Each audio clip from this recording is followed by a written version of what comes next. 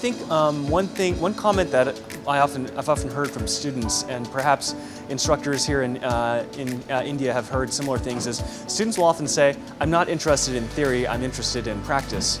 And I think as educators, to us, that's a challenge, because one very important thing for us is we have to be able to demonstrate that theory exists for a reason. Theory is actually a very, very useful tool that will help you ensure that any designs you make or any technology you develop will succeed, will be able to fulfill its objectives, as opposed to, for example, just building something from scratch with no idea of whether or not it will work, the shotgun approach.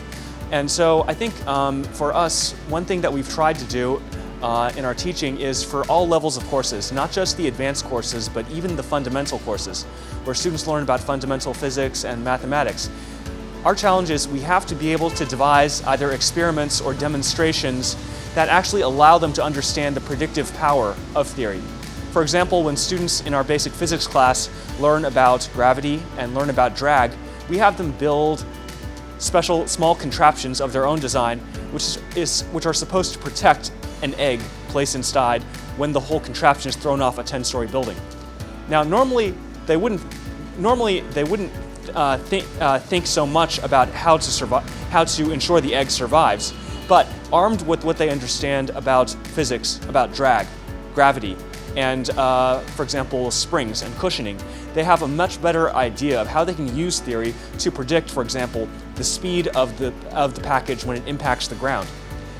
We also let them build their own small CubeSats, or it doesn't even have to be an actual satellite, just something approximately the size of a cube and made of whatever materials they have. And then we allow them to place it on a vibration table and subject it to a vibration test. And so they can, from the response, they can actually measure the resonant frequencies of their CubeSat. And they actually understand why we learn about resonance and normal modes in class. So these demonstrations really allow them to understand, theory is not just a bunch of equations on a page. It describes something very real using the language of mathematics. And so we've been working very hard to incorporate this into our teaching, both from very early levels to much more advanced levels when they get exposed to even deeper, more complex problems. And I think I've been in India for 3 days. 2 days before the conclave, I had the opportunity to visit IST, Indian Institute of Space Science and Technology. And I'm very impressed at the facilities and the laboratories they've been able to put together in the last 5 years. Students at IST now have the opportunity to build satellites or perform experiments to characterize and test scientific instrumentation. And I think this is a very good sign. Students will really have the opportunity to realize that everything they learn in textbooks is useful, and it is real if you know how to apply it, and it can make you a much better engineer or scientist.